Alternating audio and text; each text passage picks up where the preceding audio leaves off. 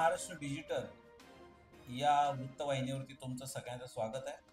या वृत्तवाहिनीच्या माध्यमातून आपण विविध राजकीय अशा विश्लेषणाचा कार्यक्रम करत असतो. मनोवेद या कार्यक्रमामध्ये मी मनोज वैद्य तुमचं सगळ्यांचं स्वागत करतो. आजच्या कार्यक्रमामध्ये आपण महाराष्ट्रातल्या एकूणच परिस्थितीवरती चर्चा करणार आहोत.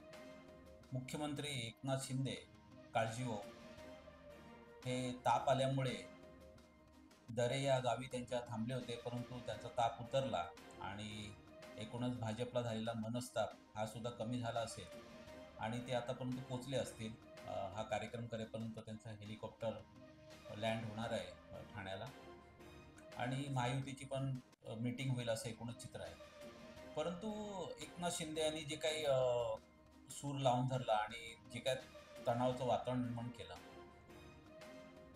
तर त्याच्यामागे जी काही एकूणच राजकीय शक्ती आहे ती नेमकी काय आहे? मुख्यमंत्री पदावरती जे देवेंद्र फडणवीस यांचं नाव आजही जाहीर झालेलं नाही. म्हणजे 5 तारखेला 5 वाजता शिवाजी पार्कवरती शपथविधी होणार नरेंद्र मोदी यांच्या उपस्थितीमध्ये, हे जाहीर झालं, परंतु त्यांचं नाव मात्र जाहीर झालं नाही. म्हणजे मांडव बांधलाय परंतु नवऱ्याचा पत्ता नाही, असंच काहीसं चित्र आहे. आणि ह्याच्या मागे नेमकं कारण काय, तर ह्याचा आपण या कार्यक्रमामध्ये आढावा घेणार आहोत.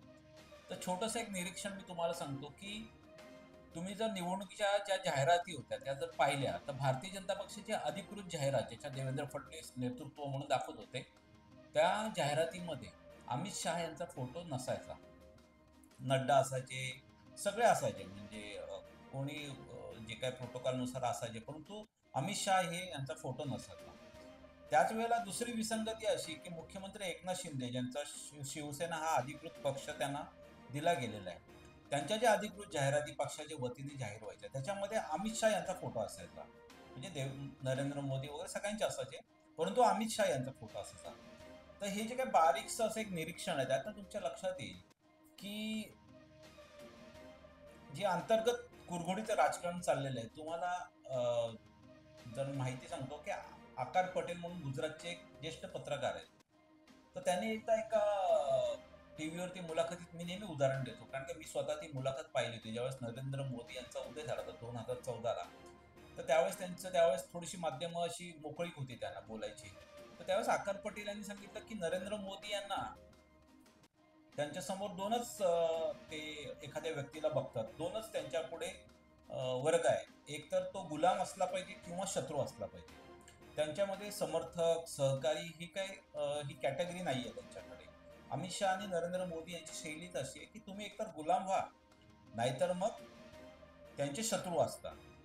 तर देवेंद्र फडणवीस यांना जे काही एकूणच राजकीय त्रास जो सहन करावा लागतोय, आज संघ आहे म्हणून देवेंद्र फडणवीस आता ही जी काही लढाई लढतायत त्यांच्या मुख्यमंत्री पदाची ती लढू शकले, नाहीतर आतापर्यंत ते शर्यतीत सुद्धा नसते. तरी पण किती थकवणारा हा प्रवास आहे आज देवेंद्र फडणवीस मागे त्यांना 2019ला ते मुख्यमंत्री होऊ शकले असते अमित शहा यांनी ठरवलं असतं तर, परंतु त्यावेळेस पण त्यांनी चालढकल केली आणि ते महाविकास आघाडीचं सरकार झालं.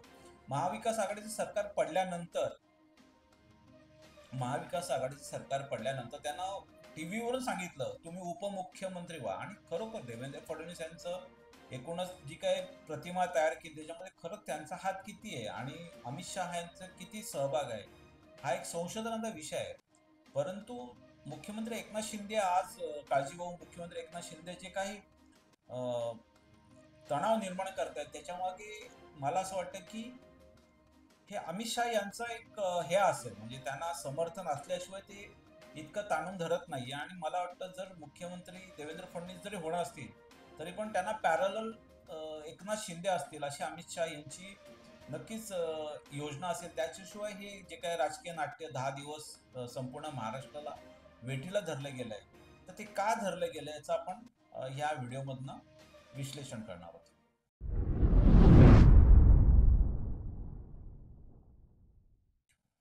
मुख्यमंत्री एकनाथ शिंदे यांना जे शिवसेनेचं एकूणच आधिपत्य दिलं गेलं त्यांनी मान्य केलं की मला माझ्या मागे महाशक्ती आहे म्हणून, आणि महाशक्ती म्हणजेच अमित शहा आहेत, हेही तितकंसं काही लपून राहिलेलं नाही आहे. आणि मग अशा परिस्थितीत त्यांना बऱ्यापैकी यश मिळालं. आताची जी काही एकूणच भारतीय जनता पक्षाचं जे काही मताधिक्य आलं, नंतर शिवसेनेचं आलं, अजितदादा पवारांचं आलं आणि हा एक अंतर्गत संघर्ष आहे अमित शहा आणि देवेंद्र फडणवीस यांच्यामध्ये आणि त्याच्यातनं हे सगळं घडतंय आणि जे काही आकडे आलेले आहेत त्याच्यावरती मोठा एक प्रश्नचिन्ह निर्माण झालेला आहे. तरी पण महायुतीकडे 5वी असं बहुमत आहे, म्हणजे विरोधी पक्ष सुद्धा राहणार नाही. तरी सुद्धा मुख्यमंत्री ठरत नाहीये आणि त्याला कारण आहे ती मुख्यमंत्री काळजीवाहू मुख्यमंत्री एकनाथ शिंदे हे जे काही हे करतायत म्हणजे एकूणच ताणून धरलंय त्याने, ते गृहमंत्रीपद मागतायत. तर ह्या संदर्भात पण मी तुम्हाला छोटंसं एक लक्षात आणून देतो की रश्मी शुक्ला यांना निवडणुकी काळात हटवण्यात आलं. तुम्ही लक्षात घ्या की रश्मी शुक्ला यांना ज्यावेळेस हटवण्यात आलं तर त्याच्या मागे काँग्रेसची मागणी आहे. काँग्रेसच्या मागण्या निवडणूक आयोग कधी मान्य पण करत नाही, असं उडून लावतात त्यांना. परंतु ती मागणी मान्य केली. त्याचं कारण असं आहे की भारतीय जनता पक्षाचे जे वरिष्ठ आहेत त्यांनीच ठरवलं होतं. कारण का मुख्यमंत्री एकनाथ शिंदे यांना मुख्यमंत्री उपमुख्यमंत्री गृहमंत्री जे आहेत देवेंद्र फडणवीस यांना रश्मी शुक्ला यांचं जवळीकता आहे आणि संपूर्ण जे काही इनपुट्स असतात जे राज्याचे गुप्त ते सगळे उपमुख्यमंत्री देवेंद्र फडणवीस यांनाच मिळतात. त्याच्यामुळे हे वरिष्ठ जे आहेत भारतीय जनता पक्षाचे त्यांना त्याचं काही माहिती मिळत नाही. त्याच्यामुळे त्यांनी आता विनोद तावडे आणि अमित शहा हे सध्या या महाराष्ट्र राज्यावरती एक प्रकारे वर्चस्व ठेवू इच्छितात आणि त्याच्यामुळे मग ते रश्मी शुक्ला यांना तात्पुरतं हटवण्यात आलं. ते पण देवेंद्र फडणवीस यांच्या विरोधात ते कुरघोडीचं राजकारण होतं. आता गृहमंत्रालय देवेंद्र फडणवीस यांच्याकडे राहू नये ह्याच्यासाठी प्रयत्न सुरू आहे आणि त्याच्यासाठी सध्याचे मुख्यमंत्री एकनाथ शिंदे हे ताणून धरत आहेत आणि काय होईल असं शक्यता निर्माण झाली आणि राष्ट्रीय स्वयंसेवक संघ यांनी खूप असं लावून धरल्यामुळे आज शर्यतीत आहेत देवेंद्र फडणवीस. नाहीतर मला नाही वाटत की आतापर्यंत निर्णय झाला असता आणि देवेंद्र फडणवीस यांना कुठेतरी केंद्रात नंतर त्यांचं पुनर्वसन केलं जाईल. पण त्यांना राज्यातनं हटवण्याची पूर्णपणे योजना आहे. देवेंद्र फडणवीस सुद्धा खूप लढतायत. मागे जे काही नालासोपाऱ्याच्या घटना घडली तर ते विनोद तावडे यांचा जो हस्तक्षेप आहे राज्यामध्ये, तर त्याला कुठेतरी शह देण्यासाठी ती घडवलेली घटना होती आणि असं एकूणच चित्र आहे. अशा परिस्थितीत म्हणजे येणाऱ्या काळात जे 5वी जरी बहुमत असलं तरी पण हे राज्य तितकंसं कसं चालेल हा एक मोठा विषय आहे. पण देवेंद्र फडणवीस हे कार्यकुशल आहेत प्रशासनाच्या दृष्टिकोनातनं आणि आताच्या परिस्थितीत म्हणजे अजित पवार ची जी आकडेवारी आहे, मुख्यमंत्री एकनाथ शिंदे यांच्या शिवसेनेची जी आकडेवारी आहे, त्याच्यामध्ये देवेंद्र फडणवीसच असं एक नेतृत्व आहे की जे त्यांना एक योग्य दिशेने असं नियंत्रण ठेवू शकतात. नाहीतर मग भारतीय जनता पक्षाची सत्ता येऊन सुद्धा हे प्रशासन चालवणं, त्याच्यावरती नियंत्रण ठेवणं, हे एकूण सगळ्या योजना आहेत, महाराष्ट्र राज्याची अर्थव्यवस्था जी कोलमडलेली आहे, त्या सगळ्यांना एकूणच आकार देण्याचं काम फक्त तेच करू शकतात असं लोकांचं म्हणणं आहे.